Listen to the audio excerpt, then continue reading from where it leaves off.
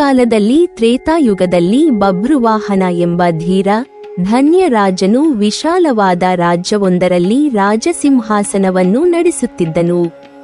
ಅವನು ಧರ್ಮನಿಷ್ಠನಾಗಿದ್ದು ಪ್ರಜೆಗಳನ್ನು ತನ್ನ ಸ್ವಂತ ಮಕ್ಕಳಂತೆ ನೋಡಿಕೊಳ್ಳುತ್ತಿದ್ದನು. ಸದ್ಗುಣ ಸಂಪನ್ನನು, ದಾನಿ, ಶ್ರದ್ಧಾವಂತನು. ಯಾವಾಗಲೂ ನ್ಯಾಯವನ್ನು ಪಾಲಿಸುತ್ತಾ ರಾಜ್ಯದ ಪ್ರಜೆಗಳಿಗೆ ನೆರವು ನೀಡುತ್ತಿದ್ದನು.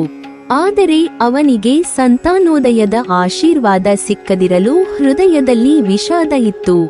ಒಂದು ದಿನ ಬಭ್ರುವಾಹನನು ತನ್ನ ಶೌರ್ಯವನ್ನು ತೋರಿಸಲು ಬೇಟೆಯಾಡಲು ನಿರ್ಧರಿಸಿದನು. ತೀವ್ರ ದಟ್ಟವಾದ ಅರಣ್ಯಕ್ಕೆ ಹೋಗಿ ಕಾಡಿನ ಮಧ್ಯದಲ್ಲಿ ತನ್ನ ಕುದುರೆಯನ್ನು ನಿಲ್ಲಿಸಿ ಬೇಟೆ ಮಾಡುವಾಗ ಒಂದು ಸುಂದರ ಜಿಂಕೆಯನ್ನು ನೋಡಿದನು.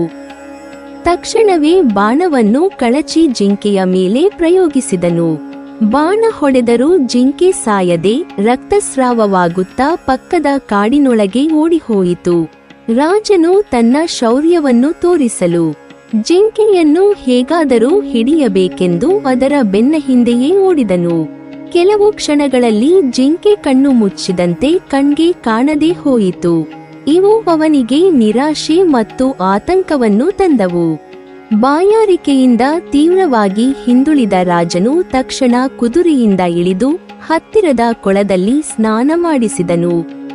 ತನ್ನ ಕುದುರೆಯನ್ನು ಸ್ನಾನ ಮಾಡಿಸಿ ಸ್ವಚ್ಛ ನೀರು ಕುಡಿದು ಶರೀರ ಶುದ್ಧಿಗೊಳಿಸಿದನು. ಆ ಸಂದರ್ಭದಲ್ಲಿ ಅದು ತೀವ್ರದ ಕ್ಷಣ.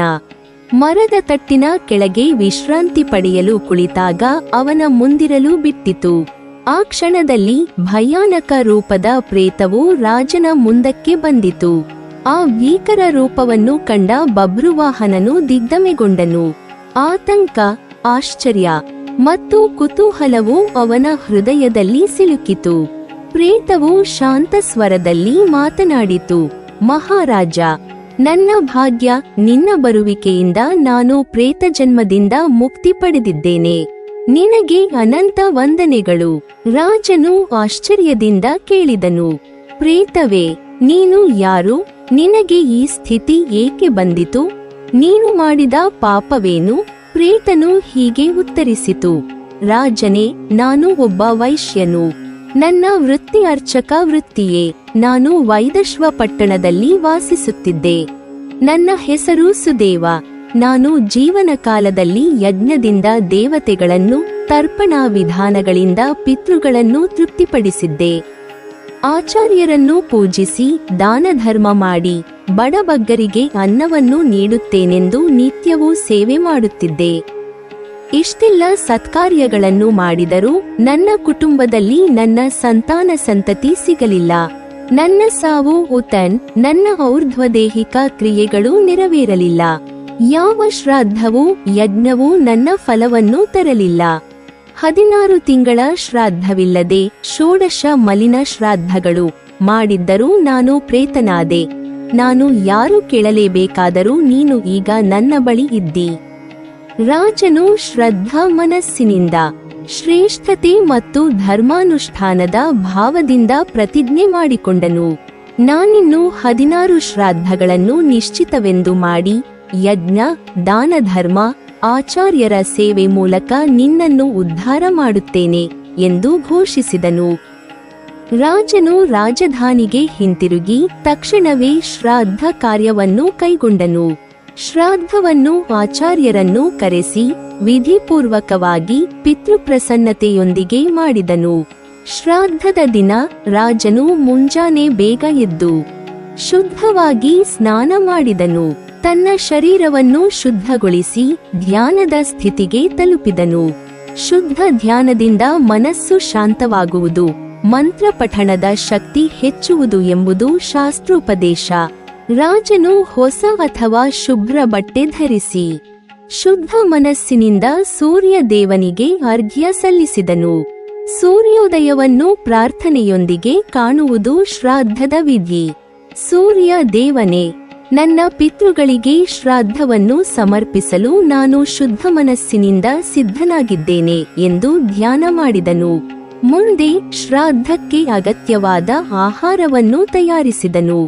ಮರಣ ಹೊಂದಿದ ಪಿತೃಗಳಿಗೆ ಇಷ್ಟವಾದ ಹಾಲು, ತುಪ್ಪ, ಪಾಯಸ, ಅಕ್ಕಿ, ಹಸಿವು ತೃಪ್ತಿಪಡಿಸುವ ಆಹಾರ ತಯಾರಿಸಬೇಕೆಂದು ಧರ್ಮಗ್ರಂಥದಲ್ಲಿ ಸೂಚಿಸಲಾಗಿದೆ.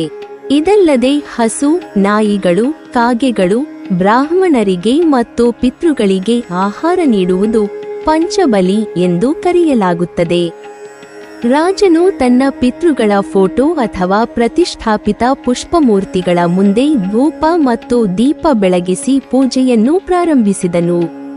ಶ್ರಾದ್ದದಲ್ಲಿ ಪಿತೃಗಳನ್ನು ಮನಸ್ಸಿನ ಕಣ್ಣಿನಿಂದ ಭಾವಿಸಬೇಕು, ಮಂತ್ರೋಪಚಾರದಿಂದ ಆಹ್ವಾನಿಸಬೇಕು.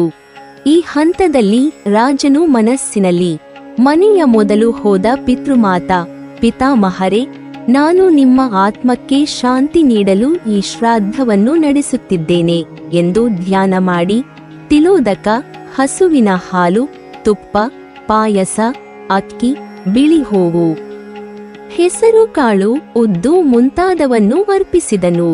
ಮೂರನೇ ಹಂತದಲ್ಲಿ ರಾಜನು ಪ್ರತಿ ಪಿತೃ, ಪಿತಾಮಹ ಮತ್ತು ಪ್ರಪಿತಾಮಹರಿಗೆ ತಲಾ ಒಂದು ಪಿಂಡವನ್ನು ವಿಧಿಪೂರ್ವಕವಾಗಿ ಅರ್ಪಿಸಿದನು.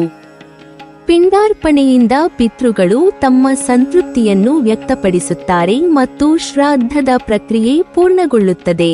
ರಾಜನು ಶ್ರಾದ್ದದ ವೇಳೆ ಆಚಾರ್ಯ, ಬ್ರಾಹ್ಮಣರನ್ನು ಆಹ್ವಾನಿಸಿ ಬ್ರಾಹ್ಮಣರಿಗೆ ಭೋಜನವನ್ನು ನೀಡಿದನು. ಇದಲ್ಲದೆ ತಮ್ಮ ಸಾಮರ್ಥ್ಯಕ್ಕನುಸಾರ ದಾನ ಮಾಡುವುದು, ಅಸಹಾಯರಿಗೆ ನೆರವು ನೀಡುವುದು ಶ್ರಾದ್ದದ ಮಹತ್ವಪೂರ್ಣ ಭಾಗ. ಹಿಂದೆ ಶ್ರಾದ್ದದ ಸಮಯದಲ್ಲಿ ರಾಜನು ಹೃದಯಪೂರ್ವಕವಾಗಿ ಮಂತ್ರಪಠಣ ನಡೆಸಿದನು.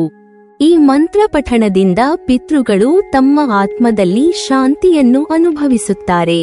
ರಾಜನು ಪ್ರಾರ್ಥನೆಯಾಗಿಯೇ, ಮೋಕ್ಷವನ್ನು ತಲುಪಿರುವ ಪಿತೃಮಾತಾ, ಪಿತಾಮಹರೇ, ನಿಮ್ಮ ಸಂತೃಪ್ತಿ ಮತ್ತು ಪಿತೃಪ್ರಸನ್ನತೆಗಾಗಿ ನಾನು ಶ್ರಾದ್ದವನ್ನು ನಡೆಸುತ್ತಿದ್ದೇನೆ. ನಿಮ್ಮ ಸಂತೋಷದ ಆಶಯ ನನಗೆ ಲಭಿಸಲಿ ಎಂದು ಧ್ಯಾನ ಮಾಡಿದನು. ಎಲ್ಲ ಹಂತಗಳನ್ನು ನಿಖರವಾಗಿ ಪೂರೈಸಿದ ಬಳಿಕ ಶ್ರಾದ್ದದ ದಿನದ ಪೂರ್ಣತೆಯನ್ನು ರಾಜನು ದೃಢವಾಗಿ ಕಂಡನು. 16 ತಿಂಗಳ ಶ್ರಾದ್ದಗಳ ಮೂಲಕ ಪ್ರೇತವು ತನ್ನ ಪಿತೃಗಳು ಸಂತೃಪ್ತಿಯಾಗಿ ಶಾಂತಿಯುತ ಸ್ಥಿತಿಗೆ ತಲುಪಿದರು. ಅವರ ಆತ್ಮಕ್ಕೆ ಶಾಂತಿ ದೊರಕಿತು ಮತ್ತು ರಾಜನ ಹೃದಯವು ಸಂತೃಪ್ತಿಯಾಯಿತು. ಈ ಶ್ರಾದ್ದದಿಂದ ಪಿತೃಗಳು ಸಂತೃಪ್ತರಾಗಿದ್ದು ರಾಜನ ಕುಟುಂಬದ ಮೇಲೆ ಆಶೀರ್ವಾದ ವರ್ಷಿಸಿದರು. ರಾಜನು ಮಾಡಿದ ದಾನ ಧರ್ಮ, ಪಂಚಬಲಿ, ಶ್ರಾದ್ದ, ಪಿಂಡ ಪ್ರದಾನದಿಂದ ಪ್ರೇತವು ಮುಕ್ತನಾದನು.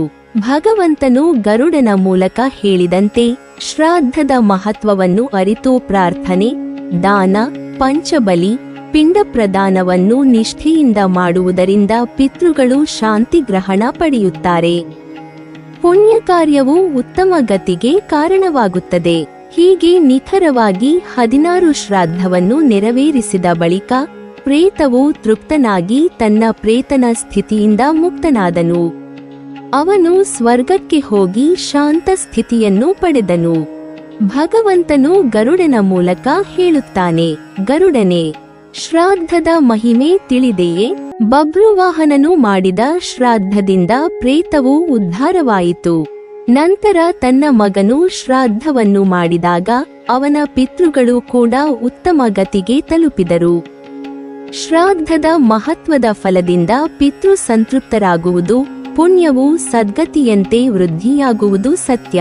ನೀವಿನ್ನೂ ನಮ್ಮ ಚಾನೆಲ್ ಅನ್ನು ಸಬ್ಸ್ಕ್ರೈಬ್ ಮಾಡಿಲ್ವಾ? ಹಾಗಾದರೆ ಈ ಕೂಡಲೇ ನಮ್ಮ ಇಂದ್ರಜಾಲ ಚಾನೆಲ್ ಅನ್ನು ಸಬ್ಸ್ಕ್ರೈಬ್ ಮಾಡಿ ಮತ್ತು ಪಕ್ಕದಲ್ಲಿರುವ ಬೆಲ್ ಐಕಾನ್ ಅನ್ನು ಕ್ಲಿಕ್ ಮಾಡಿದರೆ ನಮ್ಮ ಹೊಸ ವಿಡಿಯೋಗಳನ್ನು ನೀವು ನೋಡಬಹುದು.